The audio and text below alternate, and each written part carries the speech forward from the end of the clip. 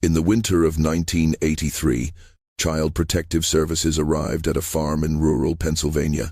What they found in that house would challenge everything we thought we knew about isolation, memory, and the human mind. The children spoke fluently. They communicated with each other constantly, but the language coming out of their mouths had been dead for 200 years. This is the story the county tried to bury. This is the story of Oldridge Farm. Hello everyone. Before we start, make sure to like and subscribe to the channel and leave a comment with where you're from and what time you're watching. That way, YouTube will keep showing you stories just like this one. The Oldridge family had lived on that property since 1798. 6 generations, same bloodline, same 240 acres of Pennsylvania timber and stone. By 1983, the family had dwindled to just a handful of people living in the original farmhouse, a structure that predated the Civil War and had never been modernized. No electricity after 1976. No running water after 1979. The nearest neighbor was 4 miles through dense forest. The county had almost forgotten the Oldridges existed. But someone made a call. On January 14, 1983, an anonymous tip came into the county welfare office. The caller claimed there were children living in conditions unfit for animals. The caller also said something else, something the intake worker wrote down but didn't quite believe. The children, the caller said, didn't speak English. They spoke something else, something old. When the social workers arrived 3 days later, they brought a sheriff's deputy. Protocol. The dirt road leading to the farm hadn't been plowed in years. They had to walk the last mile and a half. The farmhouse stood at the end of a clearing, its windows dark, its shutters hanging crooked. Smoke came from the chimney. Someone was home. They knocked. No answer. They knocked again. Then they heard it. Voices. Children's voices. But the words were wrong. The rhythm was wrong. One of the social workers, a woman named Patricia Dunn, would later say it sounded like singing, like a chant, like something from a church she'd never been to. The deputy forced the door. Inside, they found 7 children, ages 3 to 14, all dressed in clothing that looked handmade, rough wool, hand-stitched cotton. The youngest child was barefoot despite the cold. The oldest, a boy named Nathaniel, stood in front of the others like a shield. And when Patricia Dunn asked him his name, he answered, but not in English. She didn't understand a single word. The children were removed from the home that same day.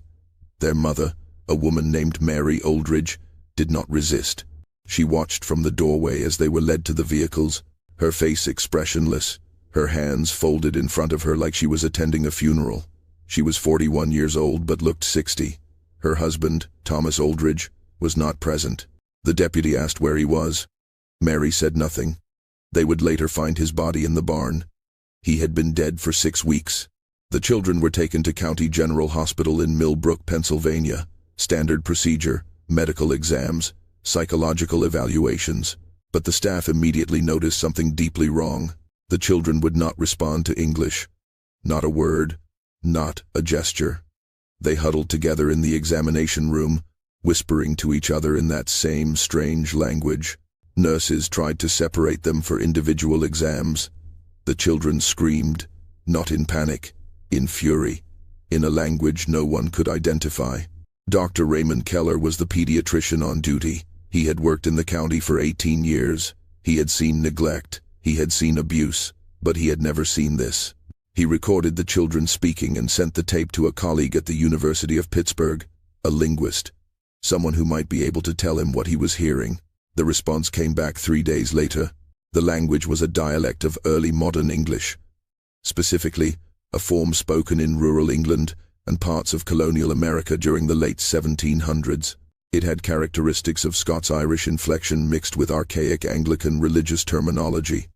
In other words, the children were speaking the way their ancestors had spoken 200 years ago, and they spoke it fluently, natively, as if it was the only language they had ever known. Dr. Keller asked the obvious question, how? The linguist, Dr. Aaron Pritchard, drove out to Millbrook himself. He spent 2 hours with the children. He spoke to them in modern English. They stared at him like he was speaking gibberish. He tried German, French, nothing.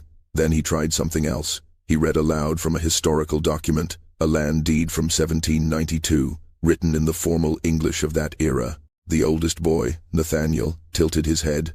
He spoke. Dr. Pritchard understood him. Nathaniel had asked if Dr. Pritchard was a magistrate.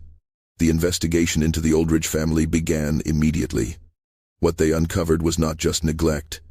It was something far more deliberate, something that had been passed down, generation after generation, like a family disease. The Oldridges had intentionally isolated themselves for over a century. No public schooling, no outside contact, no marriages outside the family. County records showed that Mary Oldridge had been born Mary Oldridge, her mother had been an Oldridge, her grandmother had been an Oldridge. The family tree didn't branch, it looped back on itself, over and over. The genetic consequences were visible in the children. 3 of them had minor physical deformities, 2 had hearing problems, but their minds were sharp, too sharp. They had been taught, rigorously, just not in any way the modern world would recognize. When investigators searched the farmhouse, they found the library, an entire room filled with books, hundreds of them, but none published after 1820. Bibles from the 1700s, agricultural manuals from the early 1800s, religious texts, medical guides that recommended bloodletting and mercury treatments, and journals. Dozens of handwritten journals. The oldest dated back to 1803. The journals revealed the family's philosophy, their mission. It had started with the first American Oldridge, a man named Jeremiah. He had come to Pennsylvania in 1796, fleeing what he called the corruption of the new century. He believed the modern world was diseased, that progress was a lie, that the only way to preserve the soul was to preserve the past. So he created a sanctuary, a place where time would stop, where his descendants would live exactly as he lived, speak exactly as he spoke, believe exactly as he believed. And it worked. For 6 generations, the Oldridges had maintained this bubble. They taught their children from the old books. They spoke only the old language. They preserved the old ways of farming, cooking, building, praying. The outside world changed. Wars happened. Technology exploded. Culture shifted. But inside that farmhouse, it was still 1798. The children had never seen a television. They had never heard a radio. They didn't know what a car was. When a nurse showed one of the younger girls a photograph, the child screamed and called it witchcraft. Dr. Pritchard spent weeks with the children, trying to bridge the gap. He learned their language. He translated for the social workers. And slowly, the children began to trust him. Slowly, they began to tell him what life had been like on the farm. What he heard made him stop sleeping. The children described a world built entirely on fear. Fear of the outside. Fear of contamination. Fear of God's wrath. They had been taught that beyond the farm lay a fallen world, a place of demons and sickness and sin. Thomas Oldridge, their father, had told them that if they ever left the property, their souls would rot, that the air itself beyond the tree line was poisonous, that strangers spoke the language of the devil. They believed him. The children had never left the farm, not once. The oldest, Nathaniel, had been born in that house 14 years earlier and had never walked beyond the clearing. Their education consisted of Bible recitation, agricultural labor, and the memorization of family texts. They could recite entire chapters of scripture in archaic English. They could butcher a pig and tan a hide, but they could not read a modern sentence. They could not understand a calendar. When Dr. Pritchard told them the year was 1983, they did not comprehend the number. Discipline had been absolute. The journals described a system of punishment passed down through generations. Disobedience was met with isolation. A child who questioned the family teachings would be locked in the root cellar for days. A child who attempted to leave the property, even to explore the woods, would be tied to a post in the barn and left there overnight. The journals called this correction. They called it love. But the most disturbing discovery came from the youngest children. The 3-year-old girl, named Abigail, had never spoken to an adult outside the family. She had never been held by anyone but her mother and siblings. When a nurse tried to comfort her, Abigail bit her, hard, drew blood, then she whispered something in that ancient language. Dr. Pritchard translated it later. She had called the nurse a demon.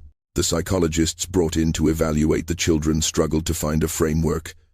This was not simple abuse. This was cultural isolation so complete that the children's entire understanding of reality had been shaped by a worldview from 2 centuries ago. They feared technology. They feared modern people. They believed, genuinely, that the world beyond the farm was hell itself. One of the evaluators, Dr. Linda Vasquez, wrote in her report that deprogramming these children might be impossible, that their minds had been so thoroughly shaped by the family's delusion that reintegration into modern society could cause complete psychological collapse. The state disagreed. The children were placed into foster care, separated, scattered across 3 counties. The theory was that separation would force adaptation, that without each other, they would have no choice but to learn English, to join the modern world. It was a catastrophic mistake. Within 2 months, 3 of the children had attempted suicide. The youngest boy, only 5 years old, tried to hang himself with a bedsheet. A foster parent found him in time. He never spoke again, not in any language. The 10-year-old girl, Ruth, stopped eating. She would sit in the corner of her foster home, rocking back and forth, whispering prayers in that dead language until her voice gave out. She was hospitalized for malnutrition within 6 weeks. Nathaniel, the oldest, became violent. He attacked his foster father with a kitchen knife, screaming words no one could understand. He was placed in a juvenile psychiatric facility. The doctors tried everything: therapy, medication, isolation. Nothing worked. He would spend hours staring at the walls, his lips moving silently, as if reciting something from memory. When Dr. Pritchard visited him, Nathaniel grabbed his arm and begged him, in that ancient English, to take him home, to take him back to the farm. Dr. Pritchard asked him why. The boy's answer was chilling. He said they were all going to die out here, that God could not find them in this world, that the family had broken, and now the curse would come. The county scrambled to reverse course. By late 1983, the decision was made to reunite the children, to place them together in a group home with staff trained in trauma care. Dr. Pritchard was brought on as a consultant. He insisted the children needed continuity, familiarity. They needed to be allowed to speak their language while slowly, carefully, being introduced to the modern world. But the damage had been done. When the children were finally brought back together in November of 1983, they were different, quieter, hollowed out. They clung to each other, but the light in their eyes had dimmed. The youngest, Abigail, had stopped speaking entirely. Ruth had developed a nervous tic, pulling out her own hair in clumps. Nathaniel sat apart from the others, his face blank, his hands folded in his lap exactly the way his mother's had been the day they were taken.